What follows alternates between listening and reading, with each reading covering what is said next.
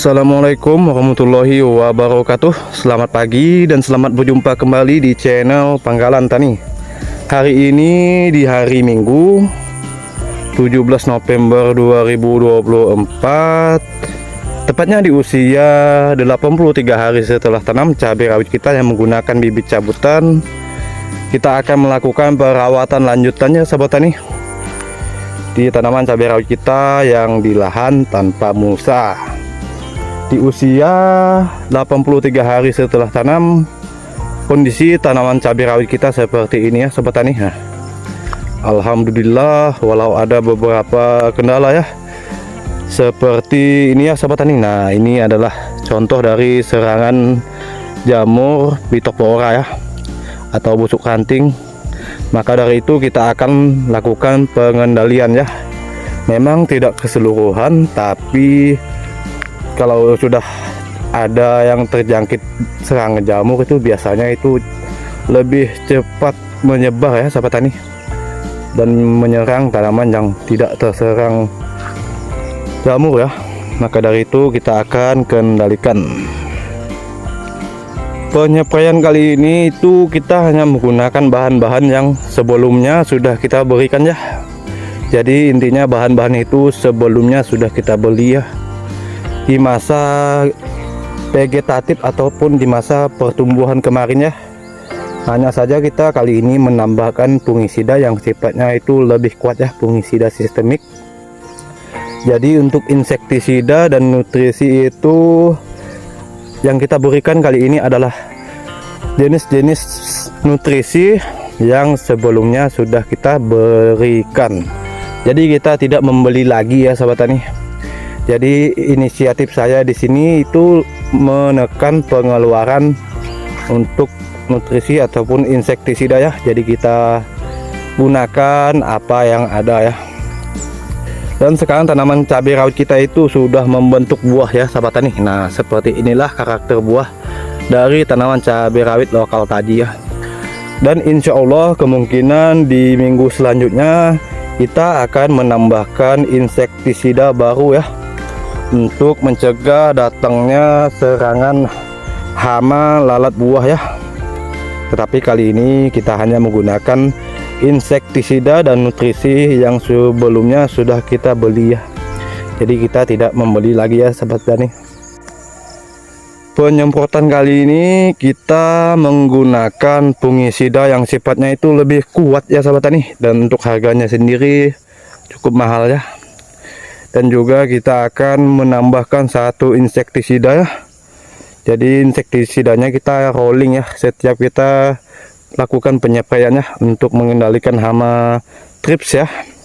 Walaupun di sini sudah memasuki musim hujan, tetapi hama trips itu tetap ada ya. Maka dari itu kita akan menambahkan satu jenis insektisida, dan juga kita tambahkan nutrisi ya untuk menyangga fase-fase generatif ya sahabat tani. Nah, ini ya contoh dari serangan hama Phytophthora ya sahabat tani. Nah, ini pucuk-pucuknya apa, batangnya itu busuk ya. Nah, seperti ini ya. Maka dari itu kita akan secepatnya kendalikan. Di usia 83 hari setelah tanam itu kita menggunakan bibit cabutan ya sahabat tani. Jangan disamakan dengan kita yang melakukan penanaman dengan bibit di atas pot tray ataupun di dalam plastik semai ya. Mungkin di usia sekarang itu sudah memasuki usia petikan pertama ya sahabat tani. Tapi tidak apa-apa, insya Allah dalam beberapa waktu saat nanti kita sudah memasuki masa pemetikan ya. Kita akan selalu rawat tanaman ini sebaik mungkin ya sahabat tani. Oke, tanpa berlama-lama lagi kita akan melakukan penyepraian ya. Untuk alat dan juga bahan sudah kita sediakan di sana. Dan inilah bahan-bahan yang akan kita gunakan. Di sini kita menggunakan 4 jenis bahan ya sahabat tani. Dan untuk bahan yang baru itu di sini kita menambahkan fungisida nativo ya. Untuk ketiga bahan yang lain itu adalah contoh dari bahan-bahan yang sebelumnya kita berikan ya. Jadi kita hanya membeli satu jenis yang baru ya. Untuk yang pertama di sini kita menggunakan fungisida nativo ya. Ini fungisida sistemik yang bersifat protektif, preventif, kuratif, dan eradikatif ya, berbentuk butiran yang dapat didispensikan dalam air berwarna putih untuk mengendalikan penyakit pada tanaman ya, seperti penyakit busuk ranting, Phytophthora, serangan jamur, serta bisa mengendalikan busuk buah ataupun antraknosa ya sahabat tani. Karena pada Natipo ini double bahan aktif ya, yaitu trifloxystrobin sebanyak 25% dan tebuconazole sebanyak 50% ya. Ini adalah fungisida yang mungkin cocok di masa-masa generatif ya. Dan sedikit ingin saya jelaskan ya sahabat tani, ini fungisida yang tebuconazolnya itu banyak ya, 50%. Jadi menurut saya ini tidak cocok diberikan pada fase vegetatif ataupun fase pertumbuhan ya. Takutnya akan menghambat pertumbuhan tanaman cabai rawit ya. Dan untuk bahan yang selanjutnya di sini kita menggunakan Apidor ya. Di sini Apidor berbahan aktif imidacloprid 25% ya. Jadi insektisida ini setiap kita lakukan penyemprotan itu selalu kita rolling ya, atau kita ganti ya sahabat tani, demi menjaga resistensi pada hama ya.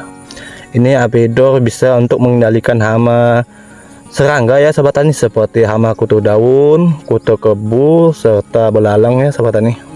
Dan untuk bahan yang selanjutnya di sini kita menambahkan nutrisi suplemen tanaman Mordenpol ya. Ini Mordenpol terdapat unsur fosfat sebanyak 26%, magnesium sebanyak 3300 ppm, dan Pe ataupun zat besi sebanyak 4200 ppm.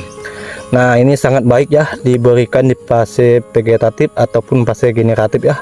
Di fase vegetatif itu bisa untuk membentuk klorofil daun dan juga memacu pertumbuhan ya sahabat tani.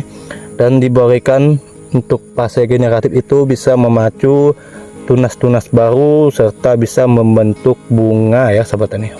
Dan untuk nutrisi yang selanjutnya di sini kita tetap menambahkan suplemen tanaman di fase generatif, yaitu Kalinet ya, kalium cair yang memiliki kandungan fosfat sebanyak 12,33%, kalium sebanyak 13,80%, dan boron sebanyak 1,62% ya. Ini sangat baik ya sahabat tani untuk memperbanyak bunga dan memperbanyak buah ya, karena di Kalinet ini adalah kalium cair yang tidak mengandung klorida ya, atau non klor ya. Jadi sangat baik diberikan pada tanaman cabai rawit kita di masa generatif. Dan untuk dosisnya sendiri ya sahabat tani, untuk kapasitas air sebanyak 16 liter.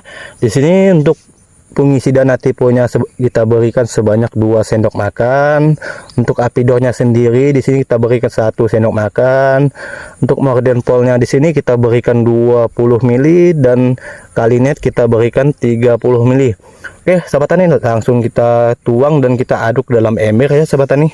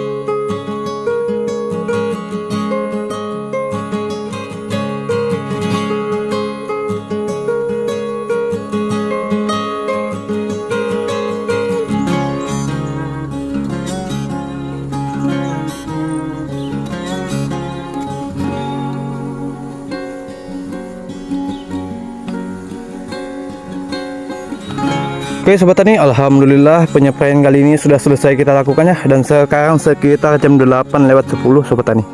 Cuacanya cukup panas ya. Dan terima kasih yang sudah sudi mengikuti channelnya Pangkalan Tani, yang telah mendukung channelnya Pangkalan Tani. Saya ucapkan ribuan terima kasih dan saya doakan semoga kita dipermudah dan diberi kesehatan oleh Allah Subhanahu wa taala. Dan saya ucapkan wabillahi taufiq wal hidayah. Wassalamualaikum warahmatullahi wabarakatuh.